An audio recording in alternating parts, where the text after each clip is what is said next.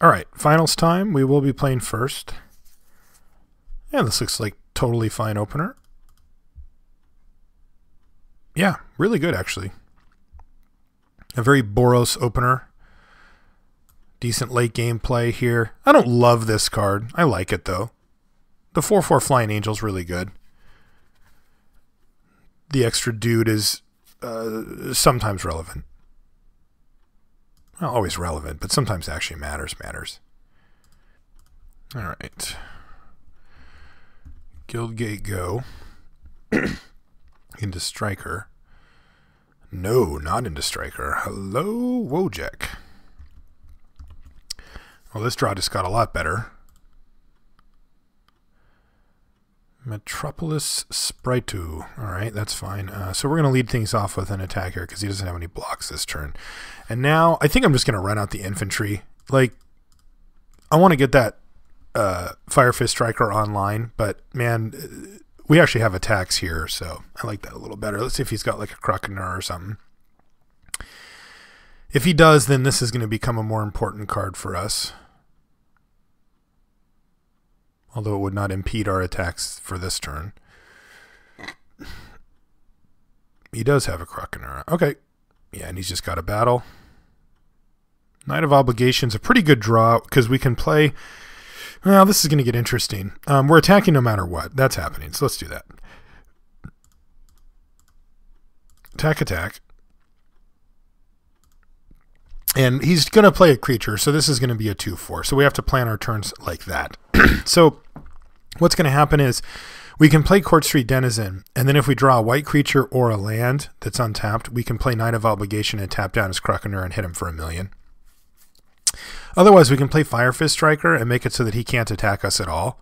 Because even if he plays a dude, then we attack with all three. This is huge. This is first strike, and then something can't block, and that'd be this. Most likely. So we've got those two options. I think I'm just going to use up my mana, though, and play the Court Street Denizen. If we get lucky and hit a land, then we can slam Knight of Obligation, tap down a blocker, get in for a ton. If we don't get lucky and hit a land, then we can still play Fire Fist Striker, and we might even have an attack depending on what he plays this turn. We can also draw removal or whatever. This still triggers this guy if we don't mind throwing it away. What do you got? All right, Crown Ceratox, about the worst case for us. That said, we've got answers floating around on our deck for it. Just don't have them right now. Just need to hit lands. See what he wants to do for attacks. Just send in this guy. That makes good sense. That's a fine attack step. Ooh, we did not hit a land, but we did hit what we wanted. Kind of.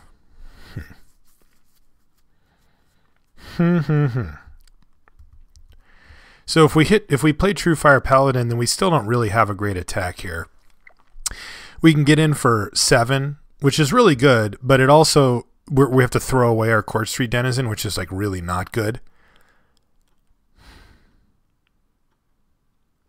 If we just play the Fire Fist Striker first, I think that's going to lead to a better battalion hit next turn. It also might tempt him to attack into us with one of his creatures, which we kind of want.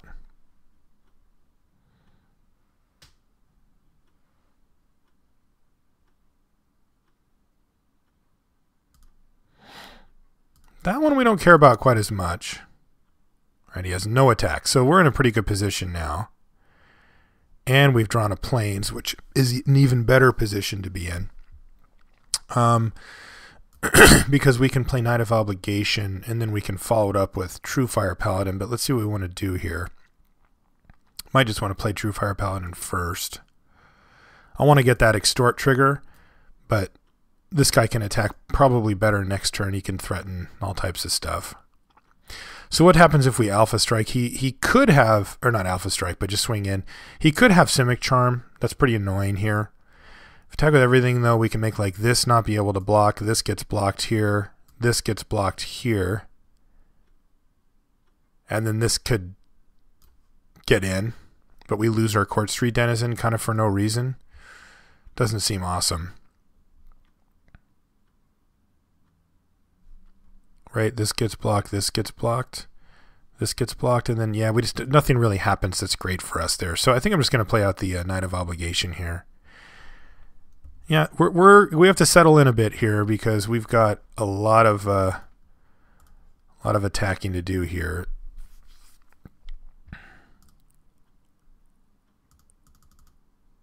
But it's not going to happen quite yet.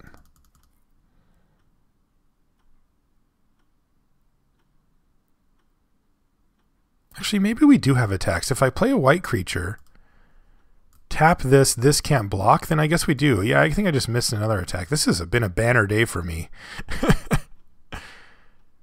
Oh, man. Okay, that is a good draw. No, I'm not going to pay for the extort. All right, so if we make it so this can't block and then, or this is tapped and then this can't block. Yeah, whatever. We're attacking this time.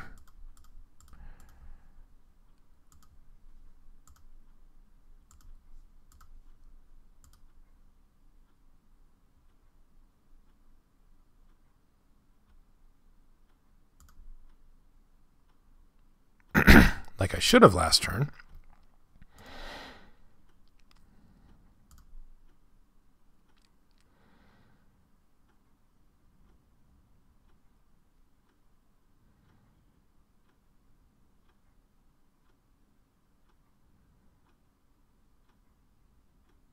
All right, so he's going to trade Fire Fist Striker for that. He's going to soak up the 4 damage from that. He's going to eat this.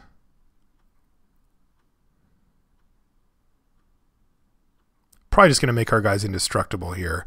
That way we don't lose anything and he loses this and he takes like 5 damage. Because he's taking 5, we don't have quite enough to actually kill him here.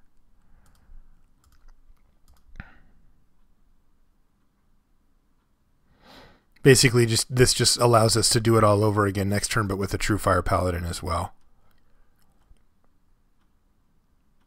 And with him not having Metropolis Sprite. Could still have Simic Charm.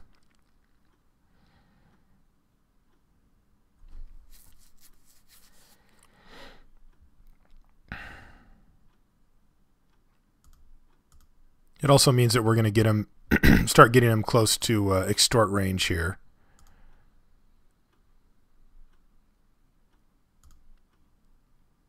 Okay. So if we draw a white creature or a black mana source, then we'll have the option to do this Court Street thing. For now, we're just going to be sitting back, though. Don't think we have lethal here. Let's see what we draw. All right, that's fine. This is going to be really good for kind of that big turn. I think we have a good attack here. Let's see. So if we attack with everybody... Yeah, I don't think we want to do that quite yet because I don't want to lose this guy. Nor this guy. So if we just attack with True Fire Paladin, he can't just block with this. He has to stack up multiple guys. We can trade off our True Fire Paladin for probably for this, which is kind of a big issue, or maybe even for this plus this, something like that. Let's see. So he blocks... I can make it a 4 with First Strike right now. So he has to put multiple guys in front. Yeah, I think that's fine. In fact, if I attack with everybody, what are his blocks? He eats this. This can't block. Yeah, this can't block. This gets blocked. Maybe he's just dead. He only has a 2/4. We would lose our Court Street Denizen if we attacked with everybody. But that's not too bad. Because we'd make it so this thing couldn't block. So he only has 3 blockers, and we've got 6 creatures. So probably 3 of our dudes are getting in. Yeah, I think we can attack here. No math. So this guy can't block. We can get somewhat blown out here, but we also have reasonable backup plans going. Oh, Simic Charm, give all your guys hexproof. Yeah, that's pretty good. That's pretty darn good. He's still taking damage this turn. We will now lose some important creatures, though, which is definitely annoying. Mainly, we're going to lose this guy. But he still is forced to take damage. He's going to take at least 4 here. Putting him down to 3 and making our Herbis Protector lethal the next turn. But he wants to get rid of Fire Fist Striker, Court Street Denizen, and this guy the most.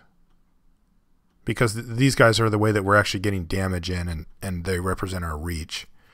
I'm not sure why he's putting Sage's Row Denizen in front of the True Fire Paladin, though, because I can just kill that. Take 6 if he blocks this way. I guess he does have to block it. He's dead if he blocks like that. Yeah. This attack was sweet. In retrospect. He goes to 1 here.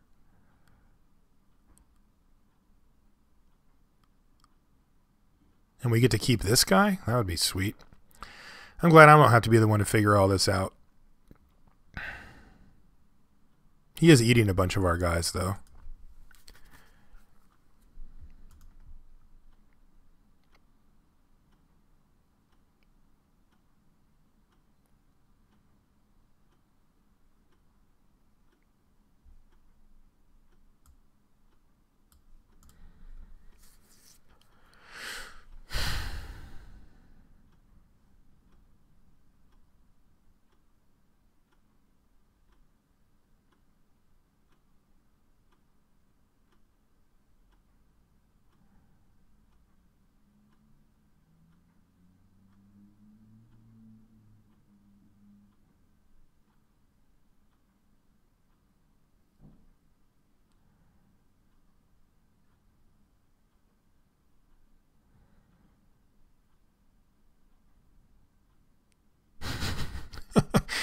This is kind of comical.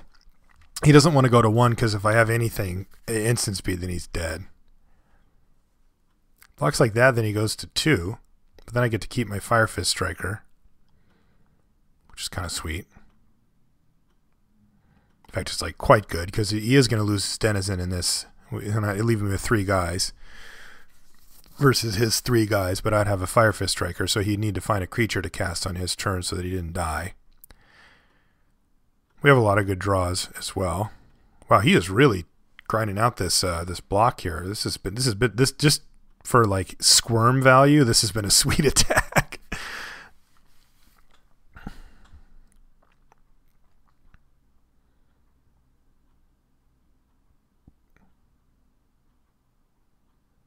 This way only takes 4, but he leaves me with my Warmind Infantry, my Court Street Denizen, and my Fire Fist Striker, which cannot be what he wants to do. He also leaves me with my True Fire Paladin, so this does keep him alive the longest.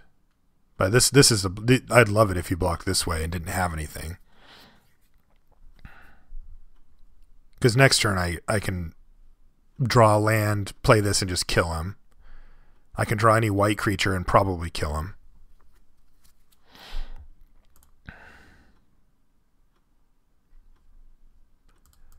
Alright, so pump this guy.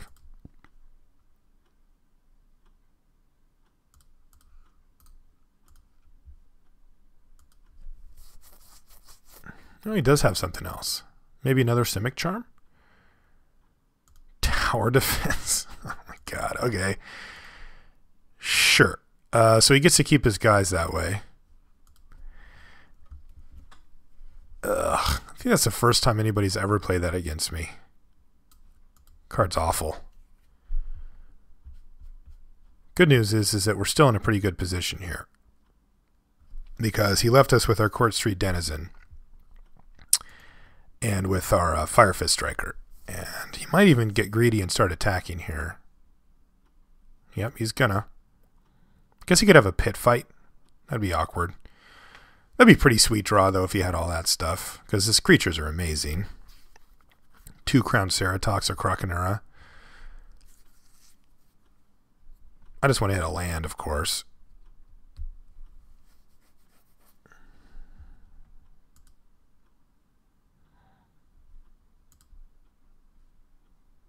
Ding.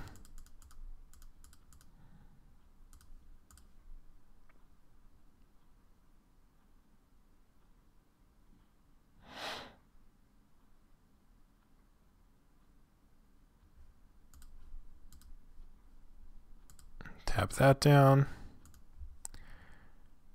Tap that down.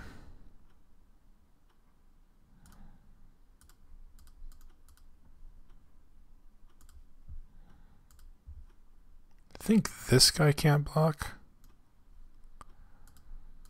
He's complaining in the chat.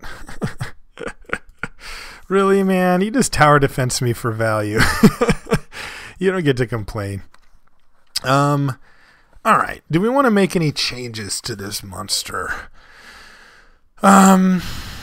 Probably not. We need to be able to keep him on the defensive, although I suppose an executioner swing is probably something that we're interested in now. Why don't we bring that in? These edicts are for sure going to stay in. Scorchwalker's good. Ember Beast is fine versus him. We want to stay aggressive, but I do want to have answers. Maybe we'll wait. Actually, I think I'm going to wait. Yeah, I'm going to wait. You'll see a little bit more of his deck. We got a pretty good feel for it, but I want to be able to stay aggressive. Yeah, like this. Halberdiers, Ember Beast, and then we can massive raid something that he plays, hopefully. This deck can make guys big enough so that that isn't the case, unfortunately, but we'll try. Boros Charm's really good. Oh, man, True Fire Paladin?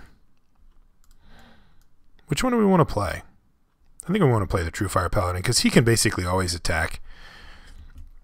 They can't really do much about him usually.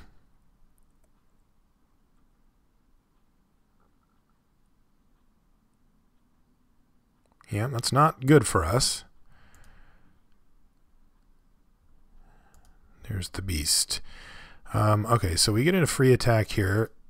Although we would have had that same free attack with Wojak Halberdiers, except for it would have been for more, but so it goes. And then we're going to play Ember Beast. Use up our mana the most. If we draw a plains next turn, we can be like Wojak Halberdiers and have Boros Charm up. We can also just start massive raiding stuff at some point here. Let's see what he has for his second one. Sage's Road Denizen is going to grow the Krakenura, and he's just going to ship the turn back, I'm assuming.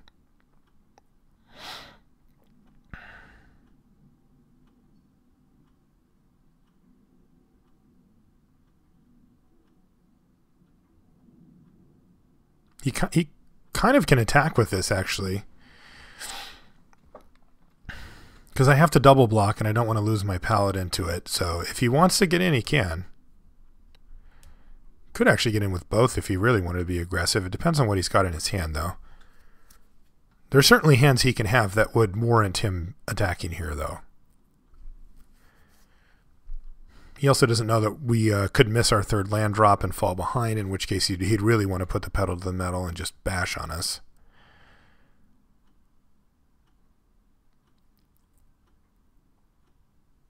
This card's going to be good this game.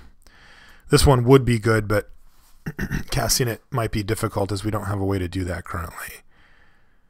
Just that guy. That's fine. Sweet. Drew the Plains. Attack with both.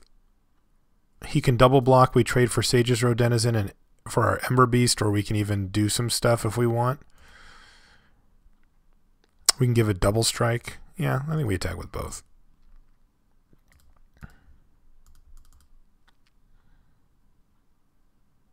I guess double strike doesn't do much here, but it's not the worst trade.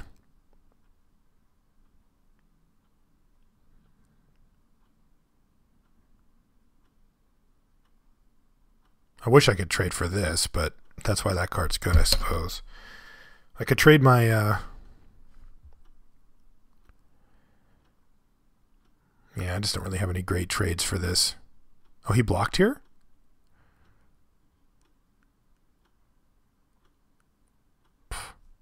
Okay. I mean, it'll certainly slow down my development, but I'll trade just 4 mana for your card.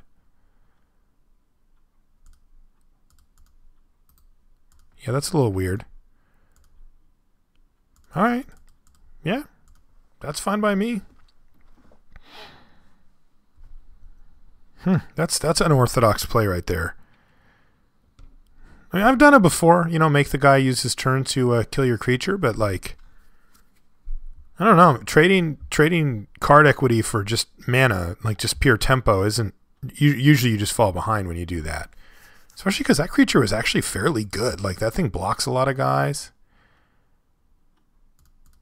Yeah, the green side watcher beatdown will continue.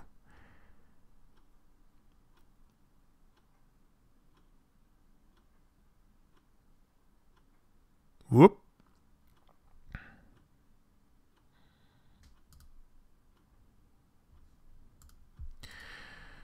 Okay. So if he's got Simic Charm, he can make his guy into a 5/7.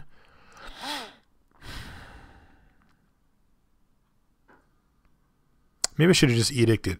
Yeah, then I guess a Simic Charm gets it anyway. Yeah, I think I'm fine with this. If he blocks here, then I know he has Simic Charm. I might just have to burn my Boros Charm if that's the case. I still have Wojak Halberdiers as well.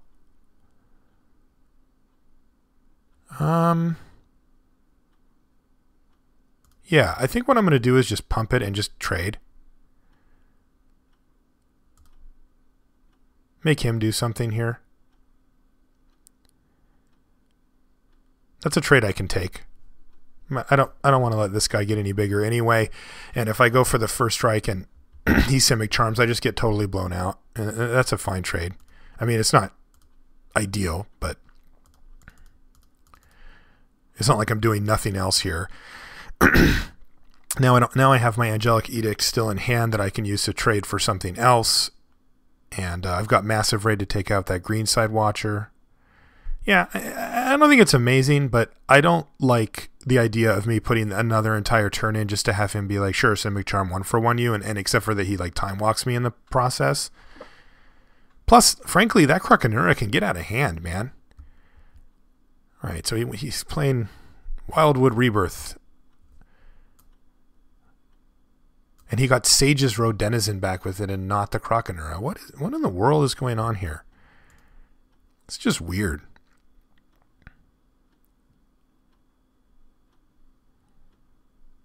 Still has Simic Charm up.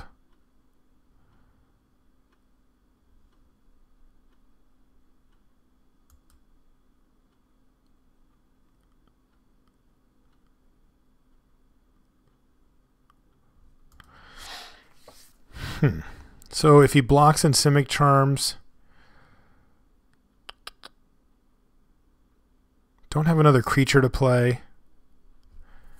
So maybe I just Edict here and just make him use this stupid Simic Charm.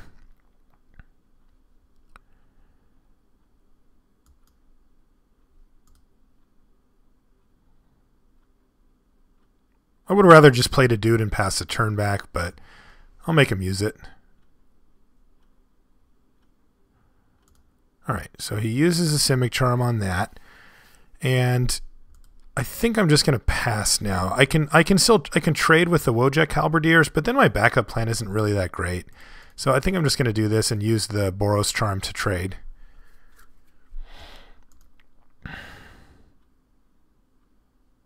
If I draw black, I'll be really happy.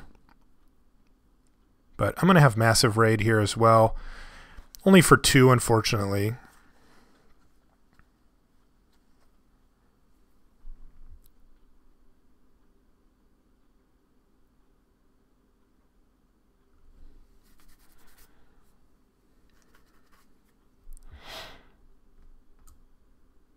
Card's good.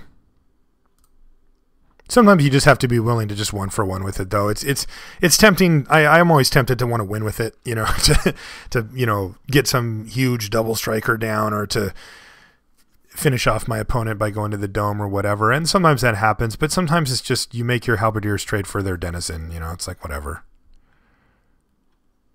Sure, this guy gets to keep attacking indefinitely. I am not worried about him.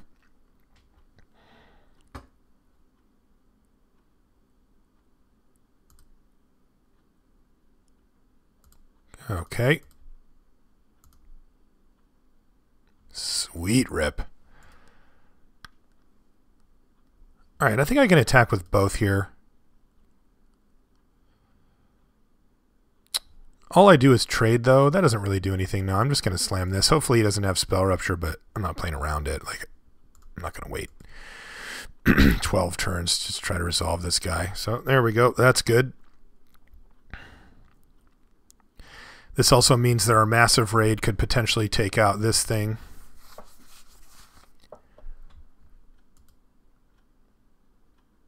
Also, Borostrom gets a little better when you actually have guys that are more than 4 power.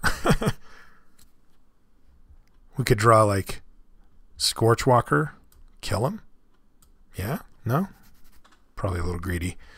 We were greedy earlier. Probably won't be as greedy this time.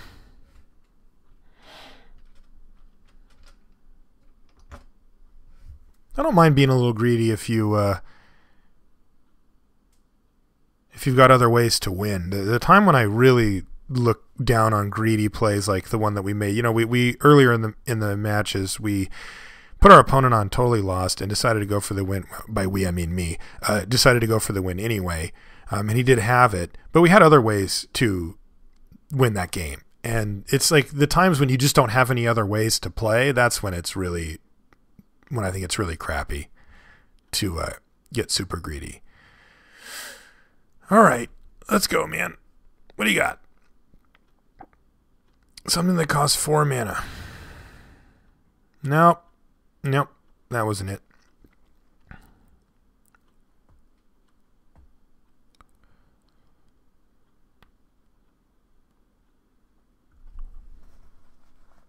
Yep. Maybe it is.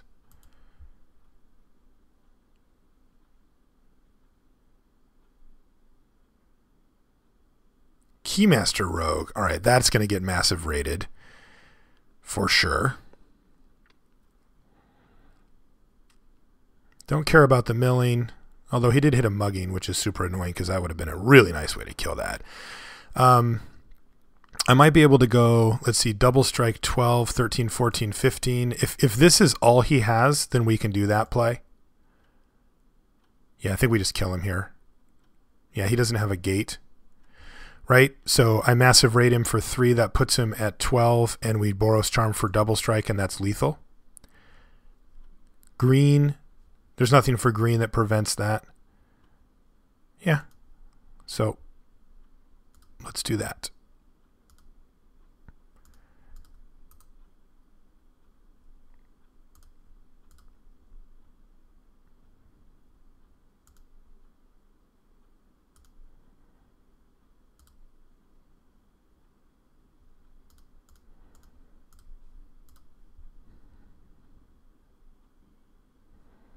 All right, we did it, sort of.